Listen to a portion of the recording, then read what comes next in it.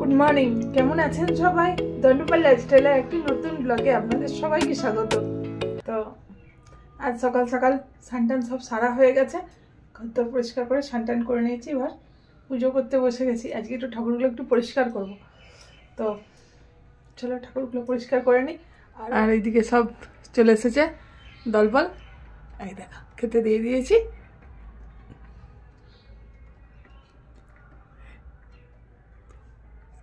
চলো পুজোটা সেরে নিই এবার। গলু উঠে পড়ো, গলু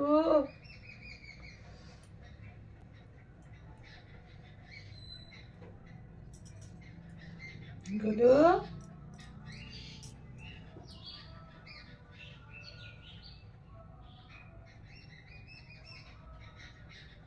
গলু উঠে পড়েছো? ঠান্ডা লাগছে তো?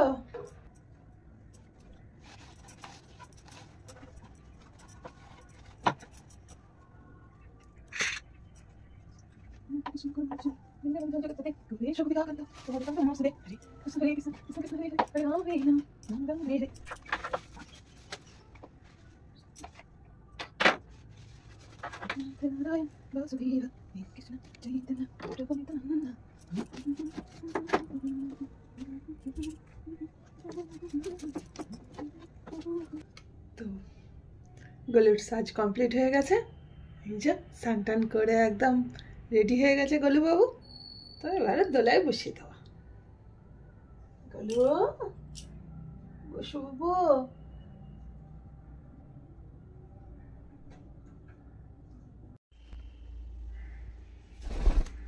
বসে পড়েছে গলু বাবু।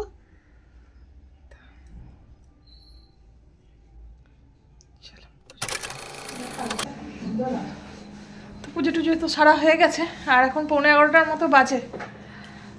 আর তো সানডে, ছেলেকে নিয়ে বেরোতে হবে টিউশন। তো ওই জন্য ওকে বললাম যে আজকে আর টিফিন করবো না, মানে একবারে ভাত খেয়ে নেবো, এসে যা খাই খাবো। আর আজকে ওয়েদার মানে কি বলবো, পুরো একদম অন্ধকার হয়ে আছে, পুরো কিচ্ছু দেখা যাচ্ছে না। কিভাবে যাব তাই ভাবছি, মানে ভয় পাচ্ছে, হাত পা পুরো বরফ হয়ে যাচ্ছে। আর আজকে একটা ভালো জিনিস, ছেলে তো এই যে রেডি হয়ে গেছে। আর ওইদিকে দেখো আমার ভিডিও চলছে, কারণ ও শুধু তো অন্য লোকের খাবার দেখে, আজকে মায়ের রেসিপি দেখছে, বিরিয়ানি বানানো দেখছে। কারণ প্রতিদিনই তো অন্য লোকের খাবার দেখে, সবসময় অন্য লোকের ব্লগ দেখতে থাকে। আর আজকে পুরো একদম কেমন লাগছে না বিরিয়ানিটা দেখতে? লোভ লাগছে নাকি? তো চলো ঠাকুরের খাবারটা তুলে এবার খাওয়া দাওয়াটা সেরে নিই। ঘড়ির কাঁটা তো ছুটছে, একটু বেরোতেও হবে, আজকে টিউশন যাবো। চলো 11:30 মতো বাজে, রেডি হয়ে নিয়েছি, মা ছেলে দুজনেই টিউশন যাব। কিন্তু যা ভয় পাচ্ছে, হাত পাত পুরো কাঁপছে, পুরো বাইরেটা তোমাদেরকে দেখাবো। চলো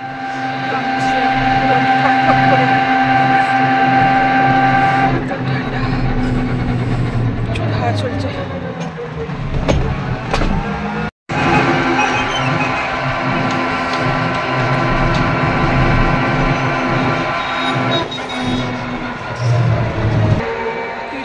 এসে আর ফোন ধরার মতো অবস্থায় ছিলাম না, এত হাত পা সব ঠান্ডা হয়ে গিয়েছিল। তো এসে মানে খাবার যা সেই তখন খেয়ে গেছি, কিচ্ছু খাওয়া দাওয়া করিনি, সোজা কম্বলের ভেতরে ঢুকে গেছি, এত ঠান্ডা লেগেছিলো। আবার 3:30 থেকে স্যারের ছিল, আস্তে আস্তেই তো 2:30 প্রায় বেজে গেছে। আবার 3:30টার সময় স্যার এসেছিল। তো এখনো পর্যন্ত কিছু খাওয়া দাওয়া হয়নি, ছেলেটাও কিছু খায়নি, আমিও কিছু খাইনি। তো ছিলাম একটু খাবার দাবার কিছু বানাতে হবে। তা এখনই 5:30টার মতো বাজে। তো সন্ধ্যেটা আগে দিয়ে দিই, তারপর কিছু খাওয়া দাওয়ার ব্যবস্থা করতে হবে। আর আজকে প্রচণ্ড ঠান্ডা, মানে রাখতে পারছি না হাত পা, মানে বাইরে হাত পা যেন বরফ হয়ে যাচ্ছে সব। চলো সন্ধ্যেটা আগে দিয়ে দিই। বললাম একটু টিফিন করবো। তো ছেলে চলে এসেছে রান্নাঘরে, তো আমাকে ঢুকতে দেয়নি, ওই ওর মতো করে করছে। চলো দেখি, দেখো কি হচ্ছে রে, চাউমিন। দেখো নিজেই সব সবজি টবজি কেটে, আমাকে রান্নাঘরে আসতেই দেয়নি, নিজেই সবজি কেটে একদম মানে সব সিদ্ধ টিদ্ধ হয়ে গেছে, রেডি হয়ে গেছে নাকি। তো আমি বসে আছি, দেখা যাক কখন খাবার আসে, এলে খাবো। বানাচ্ছে বানাক। আজ পরপর দুটো টিউশন ওখানে বাইরে থেকে এসেই আবার 3:30টার সময় আবার স্যার এসে গিয়েছিল, 5:30টায় যেতেই চলে যাওয়ার পরেই আবার বসে গেছে টিফিন বানাতে, খেয়ে দিয়ে আবার পড়তে বসে যাবে। তো রাতে কি বানাবো সেটা নিয়েও টেনশন লাগছে, কি হবে কে জানে। মাথায় মা বলছে, আমি ভেবেছিলাম একটু ভাত করবো, কারণ সেই সকালবেলা টিফিনে একটু অল্প ভাত খেয়ে সব গিয়ে বেরিয়েছিলাম, তো ভেবেছিলাম একটু ভাত করবো, হাঁড়ি টাড়ি ওই জন্য রেখে দিয়েছি। কিন্তু যা ঠান্ডা, করতে ইচ্ছা করছে না। মাও বলছে তাই, মা বলে আর রাত্রেবেলা ভাত করতে হবে না, একখানি সব বাসন টাসন পড়বে, একটু চাউ হচ্ছে যখন খেয়ে নেয়, খেয়ে দে রাত্রেবেলা একটু কিছু মুড়ি টুড়ি খেয়ে নিবি। তাই সত্যিই যা অবস্থা আজকে, মানে ভাবছি মা যখন বলছে তখন তাই ভাবছি, সত্যিই তাই বাসনগুলো মাজার কথা ভাবলেই না ভয় পাচ্ছে যে বাসন টাসন, মানে রাত্রিবেলা মেচে রাখলে তো ঠান্ডাই তো কনকনে, আবার মানে যদি সকালবেলার জন্য রাখি বাসনগুলো পুরো মানে কান্না পেয়ে যায়, এমন অবস্থা হয় বাসন মাজতে, খুব কষ্ট হয় সকালের দিকে।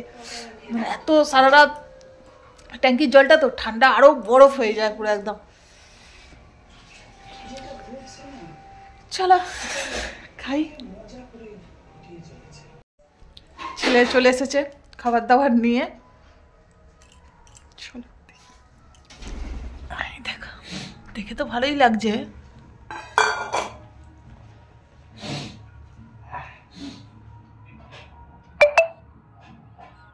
দারুণ হয়েছে বলেই মনে হচ্ছে।